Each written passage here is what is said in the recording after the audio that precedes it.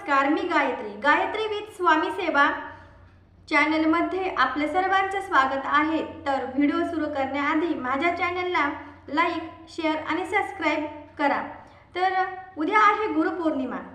गुरुपौर्णिमेचा दिवस म्हणजे आपल्यासाठी एक नवा जन्मच असतो।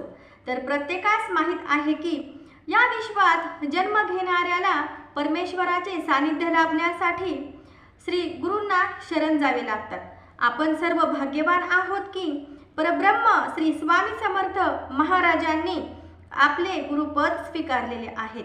तर अशा या परब्रह्म श्री स्वामी समर्थ महाराजांचे पूजन करून आपल्या भावी आयुष्यात मार्गदर्शन करण्याची प्रार्थना त्यांना उद्या करण्याचा दिवस म्हणजे श्री गुरुपौर्णिमा।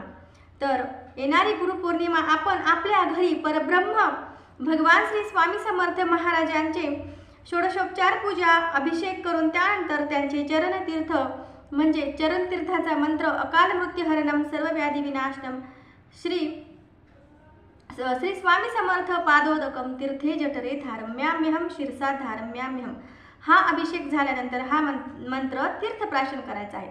तर व्हिडिओला मी सुरुवात करत आहे। घरच्या घरी स्वामी महाराजांची षोडशोपचार पूजा कशी करायची आहे ते मी तुम्हाला आज सविस्तर सांगणार आहे। तर त्यासाठी आपल्या देवघरात स्वामी महाराजांची मूर्ती असणे अत्यंत आवश्यक आहे। तर स्वामी महाराजांचं अधिष्ठान आपल्या घरात हे पाहिजेच। त्यानंतर प्रत्येक सेवेकऱ्याने 11 माळी श्री स्वामी समर्थ या मंत्राचा जप करावा व श्री स्वामी समर्थ चरित्र सारामृत म्हणजे स्वामी चरित्र सारामृत या ग्रंथाचे वाचन करायचे आहे। आपले सद्गुरू, परमगुरू, परात्पर गुरु व गुरुतत्व हे श्री स्वामी समर्थ महाराजच आहेत। आपले गुरु, माता, पिता, बंधू, सखा सर्वस्वच आहेत। या गोष्टीची जाणीव पदोपदी ठेवून तन, मन, वाणी व धनाद्वारे त्यांची सेवा करायची आहे। मुख्य उपदेश असा आहे, सत्य बोलावे, आपल्या धर्माप्रमाणे आचरण करावे। श्री स्वामी समर्थ मंत्राचे व आपल्या धर्मसंस्कृतीतील ग्रंथाचे, स्तोत्राचे, गायत्री सारख्या दिव्य मंत्राचे जप, वाचन, चिंतन व हवन थोडा वेळ तरी करावा। नियमित हे आपल्या घरामध्ये झालेच पाहिजे।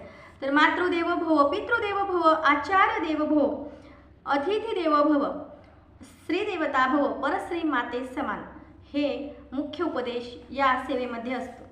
तर स्वामी समर्थ महाराजांच्या मूर्तीवर 1 किंवा 16 वेळा पुरुष सूक्त, पवमान सूक्त, श्री सूक्त असं वाचून शुद्ध जलाभिषेक करावा।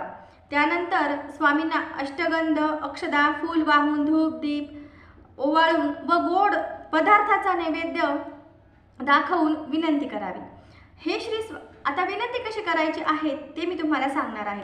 तर एवढं झाल्यानंतर हातामध्ये श्रीफळ, नारळ आणि नारळ, श्रीफळ, खडीसाखर हातात घेऊन स्वामींना विनंती करायची आहे की हे श्री स्वामी समर्थ महाराज, यावर्षी आम्ही गुरुपौर्णिमा निमित्त गुरुपद घेण्यासाठी तुम्हाला आवाहन करीत आहोत। आपणच आमचे गुरुपद स्वीकारावे व आम्हाला प्रापंचिक, आध्यात्मिक, आदिभौतिक व पारमार्थिक रूपाने मार्गदर्शन करून सेवा रुजू करून घ्यावी ही विनंती। आजपासून पुढील गुरुपौर्णिमेपर्यंत आमचे गुरुपद स्वीकारून आमच्याकडून तुमची जास्तीत जास्त सेवा होण्यासाठी आशीर्वाद देऊन आरोग्याचे संरक्षण करावे। देशांवरील सजीव सृष्टीवरील संकटे दूर व रोगराई नष्ट करून प्राणीमात्रांवर आपली कृपा करावी असं म्हणून स्वामींना नारळ अर्पण करायचा आहे म्हणजे श्रीफळ अर्पण करायचं आहे। त्यानंतर गुरुपद घेऊन झाल्यानंतर 11 माळ स्वामींचा जप आणि अभिषेक तीर्थाचा मंत्र म्हणजे अभिषेक तीर्थाचा मंत्र तुम्हाला प्राशन करायचा आहे। अकाल मृत्युहरणम तो म्हणून तीर्थप्राशन करायचं आहे। त्यानंतर स्वामी चरित्र सारामृताचं एक तरी पारायण तुम्हाला हे स्वामींच्या चरणी ह्या दिवशी रुजू करायचं आहे। तर व्हिडिओ आवडल्यास लाईक, शेअर आणि सबस्क्राईब करा। सर्वांना श्री स्वामी समर्थ।